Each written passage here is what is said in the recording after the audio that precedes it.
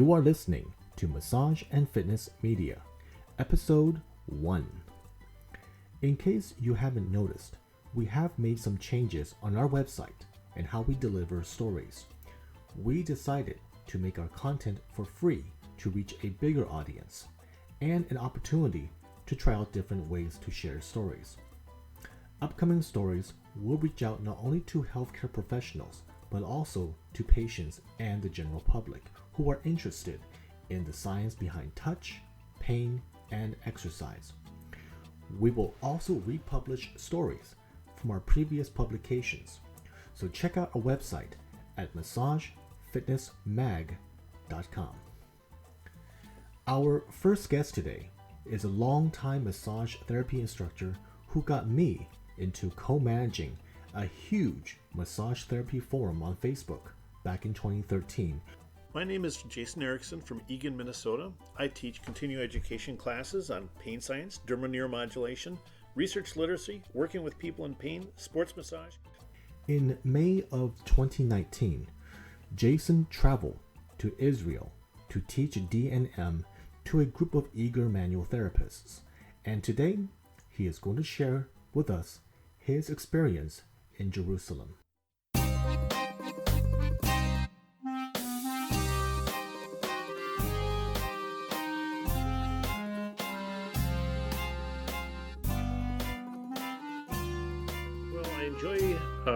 I enjoy teaching in a variety of places, and the easiest way to get me to come teach somewhere is to invite me, and then from there, then we can figure out if we can make it work. So I got an email just kind of out of the blue from somebody that had connected with me on Facebook, and basically said, she just asked me straight up, like, would you consider teaching in Israel? And I'm like, sure.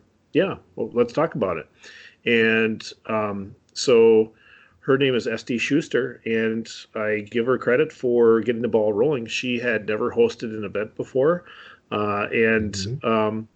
So at first, it was kind of like, okay, let's, here, I kind of had to, I've done a lot of events before. So I gave her, here's the kinds of information that we're going to need to get to figure out if we can make this work. But then another person that I had also connected with on Facebook, Kara Levy, she had been, as soon as I mentioned that I might be teaching in Israel, if we could work out the details, she contacted me. She's like, what can I do to help?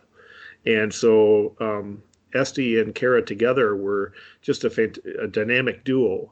And so they helped me, find a venue. They helped me find a place to stay. A person that wanted to attend my class volunteered to let me stay at the home with their family rather than at a hotel. So I actually got to experience everyday life for a family living in Jerusalem. And got to walk around and enjoy the neighborhood that they lived in. And then there were other folks that were willing to either pick me up or drop me off if I needed rides for some things. Kara and another person from the class also volunteered to take me on a tour of Old Jerusalem. So, but it started with a simple email like, hey, would you consider coming here? And I've loved the idea of going to Israel for a long time. It's I've been curious because it's a pretty important part of the world and certainly has influenced all of our lives in one way or another. So to have the opportunity pop up in this fashion was kind of like, okay, let's see if we can make it work. That's cool. So who were the students? Were they in massage therapy or physical therapy, something else? I had a number of physical therapists that were interested, but ultimately the folks that were in my class were predominantly massage therapists. We also had an occupational therapist, and then we had at least one nurse. And then there was another person in the class also worked as a personal trainer. And then unfortunately, there's a physical therapist that was absolutely gung ho to attend the class, but he's from Jordan, and coming from Jordan to attend a class in Jerusalem is apparently quite difficult for reasons that I don't fully grasp. But so politically, I guess it just wasn't going to work out for him to do that. But we had one of the things that I thought was very interesting was that there apparently a lot of people that were interested in coming were very gun shy about actually signing up and committing to their registration. And I understand that I came to understand that a lot of presenters from other parts of the world that said, would advertise a class, and then a week or two before the class it'd be like nope and cancel, and sometimes people didn't get their refunds for the money they paid. So unfortunately a number of people were gun shy, and a couple of weeks prior to the class there were some rocket attacks on portions of Israel. And I had several people that were signed up for the class they were emailing me stories about these rocket attacks. And they're like, hey, if you decide to cancel the class now, we'll totally understand, and so forth. I mean, they were just kind of assuming that was what's going to happen, because that's what usually happens, I guess. But I told them, I'm like, no. I said, if I have to wear a helmet to teach the class, I will. But I'm coming, and let it be known that I'm not pulling out of this class. So there were a number of people that once I actually showed up, and the first day of class, everybody that was in the class was saying something about being in the class on social media. And there was a number of people that wanted to attend the class in the first place that were like, really? He actually showed up? Damn. So, so I have a feeling that now that I've shown that I will actually show up, I'll probably get an even bigger turnout the next time around.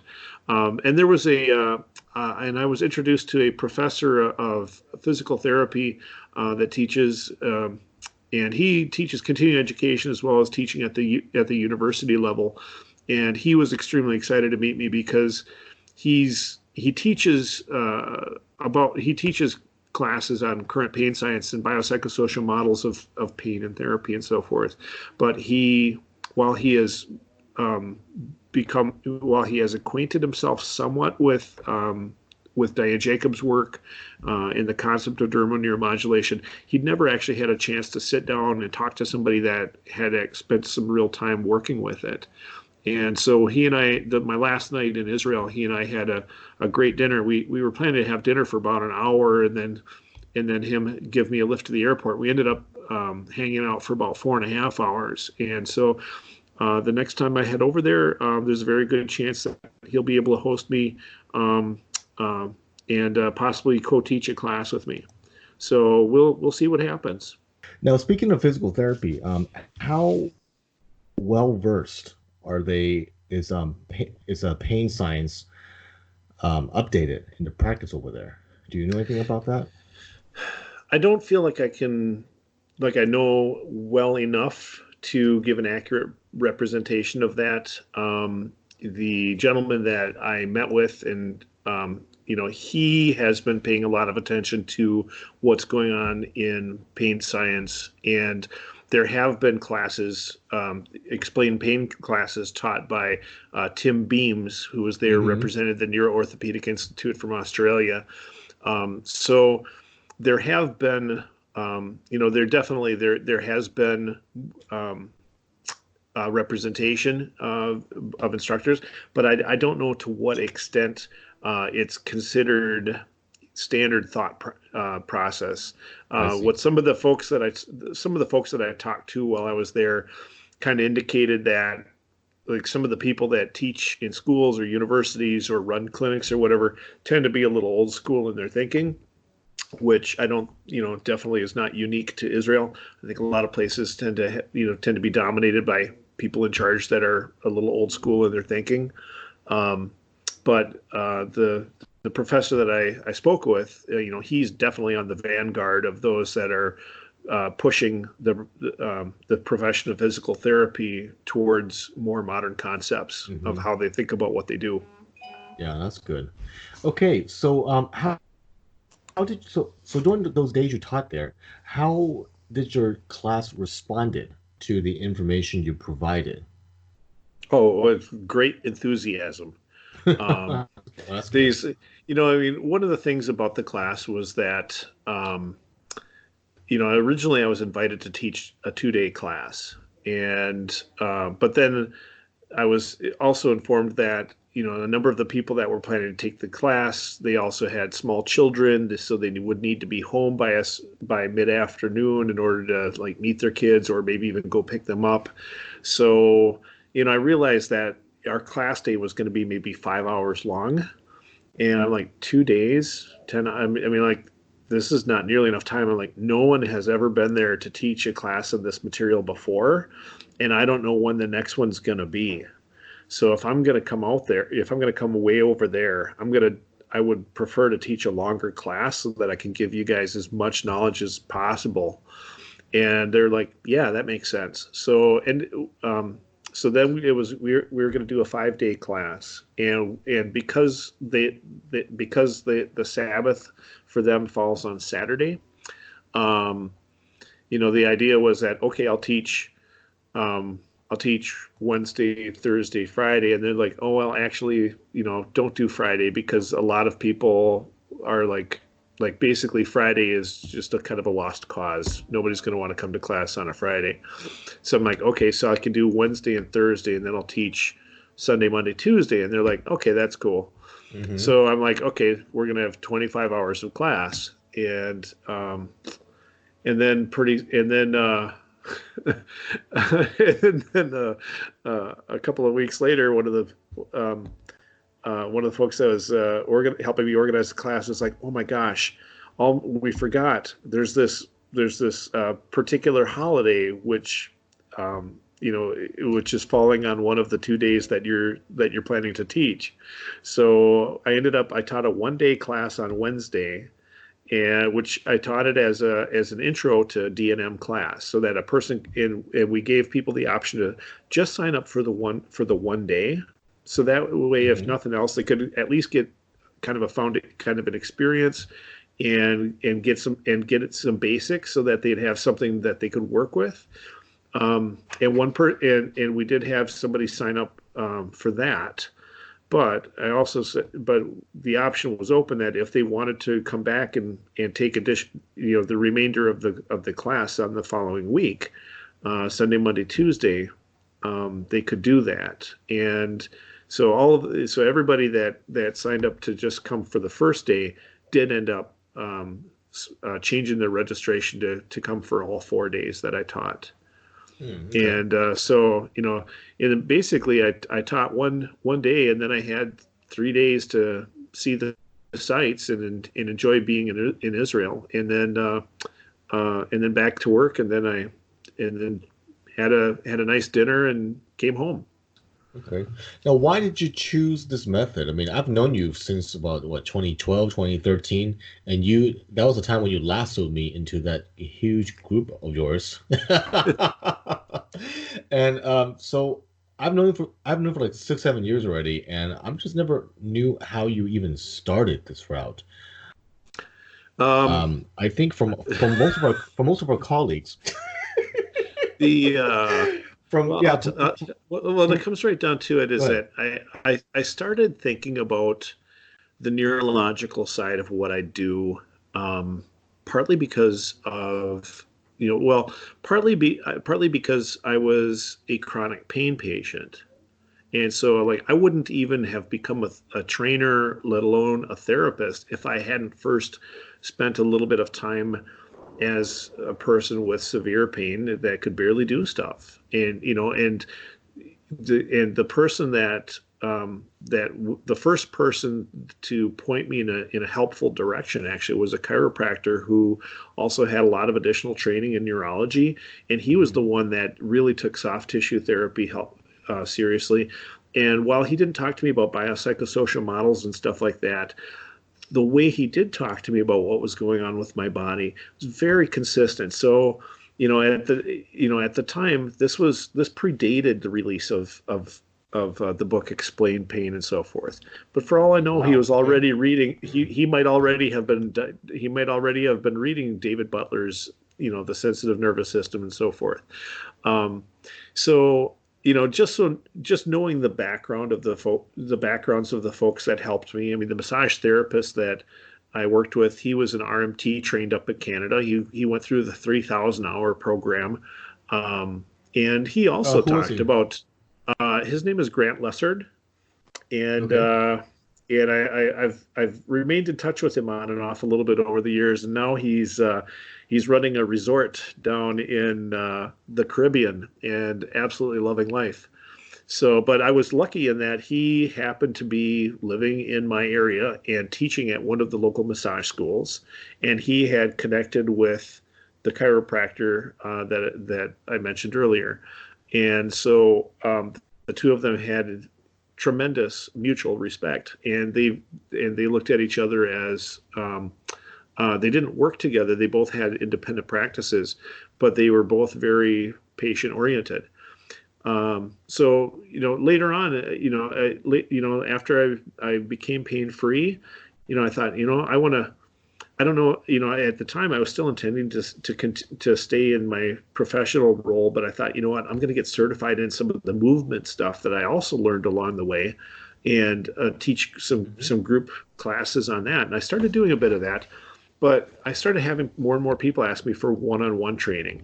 And I thought, okay, well, the majority of the people that were asking for help with one-on-one training were people that had various health problems, and they had pain and disabilities and so forth.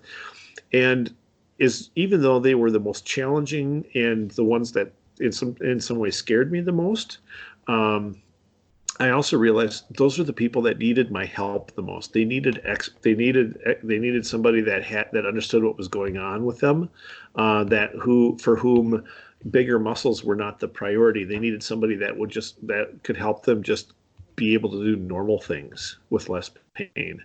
And so, and I realized I didn't really care that much about what I had been doing for a living up to that point. And what I really wanted to do was help these people. And so I decided to leave my old line of work and go to massage school. And in massage school, neuromuscular therapy was a portion of the training and so forth.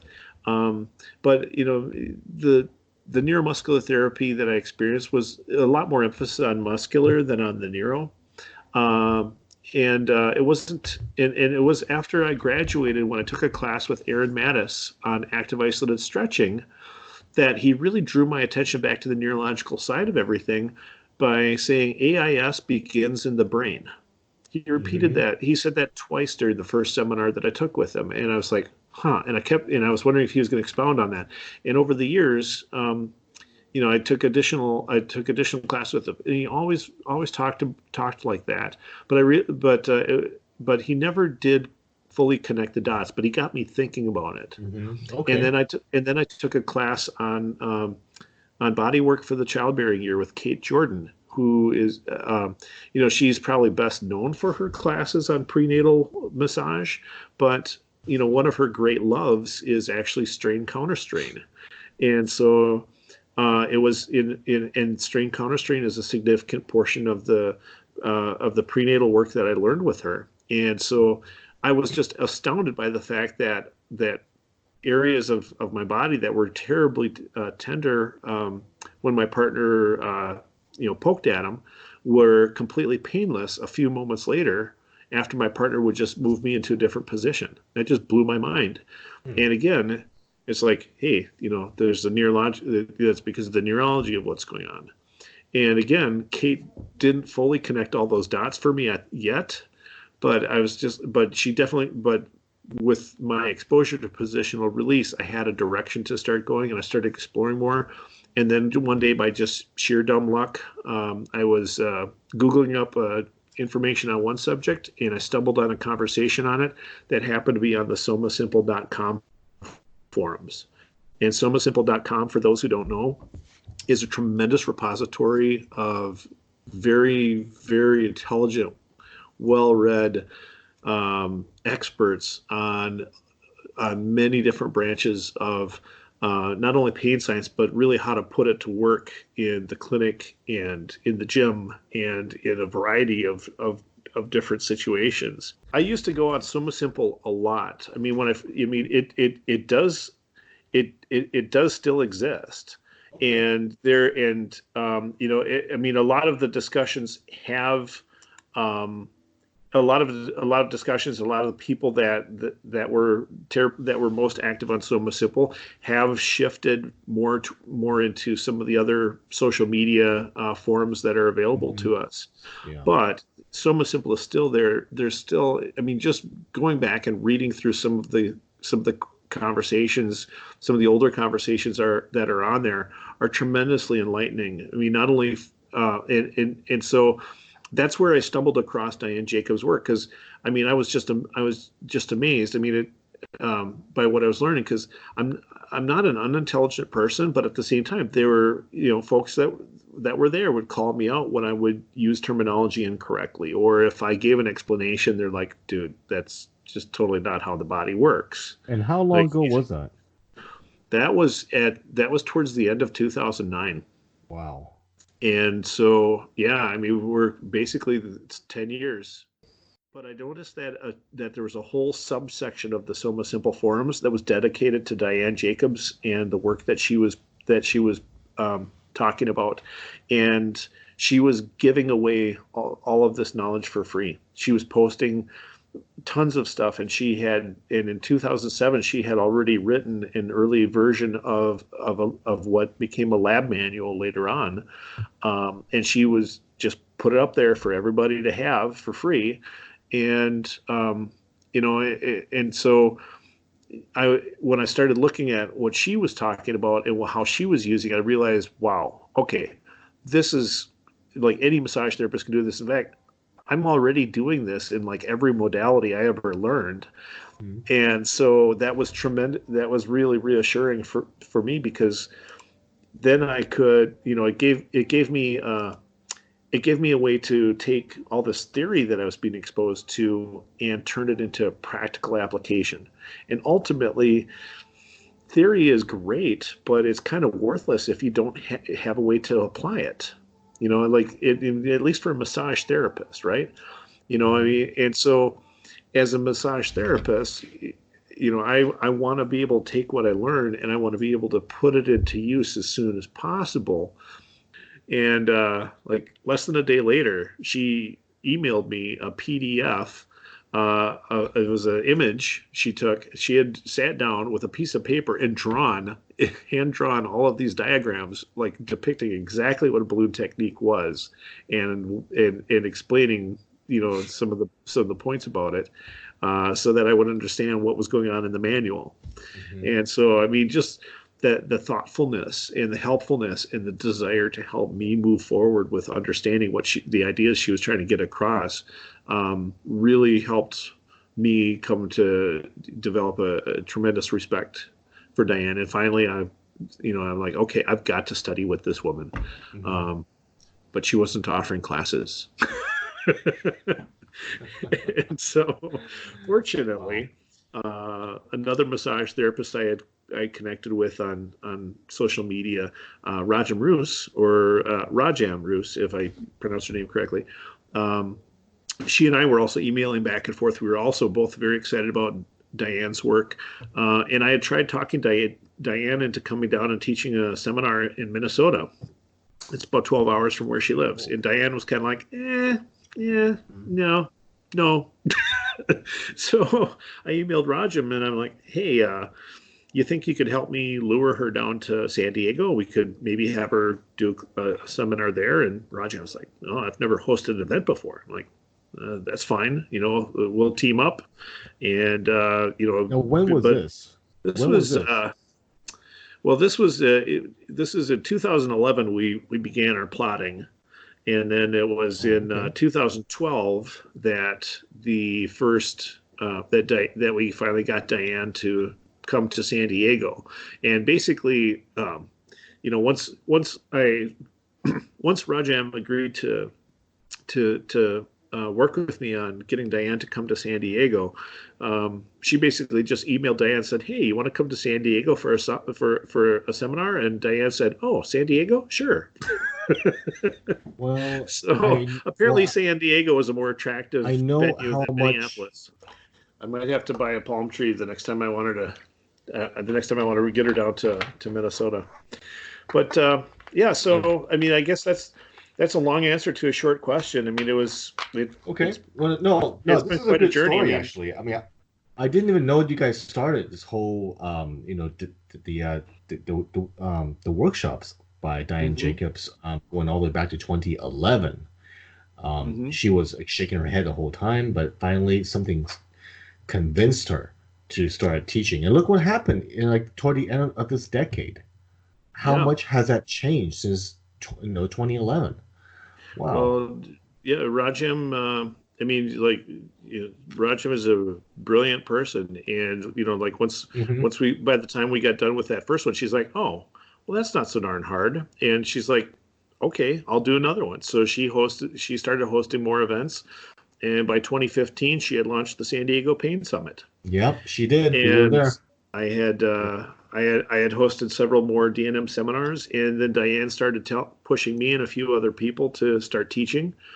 A few of us that were at that very first one in 2012. There was myself, there was Jeff Rockwell, Julie Porter, um, Mhm. Walt Fritz, Rajam, Mhm. and a number of other folks. Some of us did start actively teaching. I mean, Jeff Rockwell and Julie Porter, they've teamed up. They've got the Institute of Manual Neuroscience out in the San Jose, California area. Mhm. And one of the things that I think is tremendous is that they've been taking the concepts, and they've also been looking at how do you apply DNM concepts to working with the cranial nerves. As it turns out, Mhm. all 12 cranial nerves have cutaneous branches, Mhm. and so it's possible to gently stimulate all any of the 12 cranial nerves in a variety of ways. And so they teach classes on that, and a few other people that have been teaching DNM for a while and have studied with them have also started incorporating some of that into our seminars. So how do people find you on social media? Um, if people that want to find me on social media should look for me on Facebook. I'm there probably way too much. If you want to just connect with me directly, if you are more interested in what kind of continuing education classes I'm offering, the place to look for me is healtharts.com, and that's health arts with an ES. And if somebody would like to come see me for therapy or for a one-on-one training session at my massage business, then the place to look for me and schedule sessions would be eganmassage.com. That's Egan, EAGAN, massage.com. Cool. Hey, thank you very much, Jason, for your time on this one here. We learned a lot from you. Even some things I didn't realize happened before the San Diego Pain Summit and also the classes as well. Right, and hopefully I'll see you in San Diego Oh yeah, in February in San I'm Diego. all set. Yeah. I'm all signed up, dude.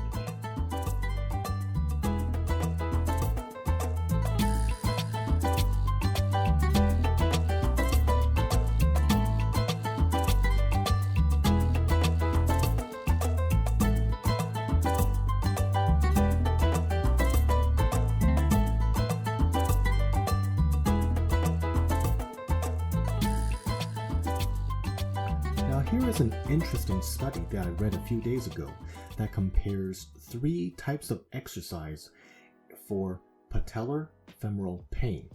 And this is the kind of knee pain that is commonly felt in the front of the knee.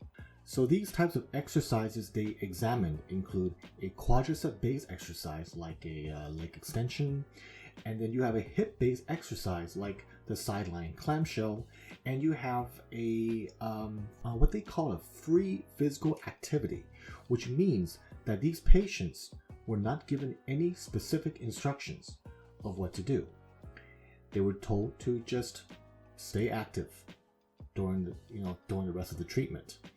And all of these patients were given the same pain education with the exercises. And within 1 year, a follow-up later, they found no difference in clinical outcomes between all 3 exercises, whether they're doing quadriceps dominated exercise or hip exercise or whatever they want. So what they concluded, here's an interesting sentence right here. It says right here, our results raise the question whether free training might be as effective as guided exercise for PFP. Now this reminds me of the concept of movement variability and how unique each individual person is. So I don't think there is a whole lot of new things to learn here, because this is kind of like repeating the same papers that I have read in the past 5 years regarding movement variability. In other words, there is no one size fits all or the holy grail per se regarding what type of exercise is best for your specific knee pain. This paper was published in the Scandinavian Journal of Medicine and Science in Sports, and the paper is called Patellofemoral Pain, 1-Year Results of a Randomized Trial Comparing Hip Exercise, Knee Exercise, or Free Activity, led by Dr. Alexandra Hott. That's spelled H-O-T-T. And this could be a potential story that we may cover in the future, so please stay tuned for that. And that is it for our first podcast. Thank you very much for listening, and we look forward, we look forward to the next one. And if you have any suggestions on how we can improve our podcast or suggest a type of topic that you want us to cover, please comment on social media and I will consider your suggestion.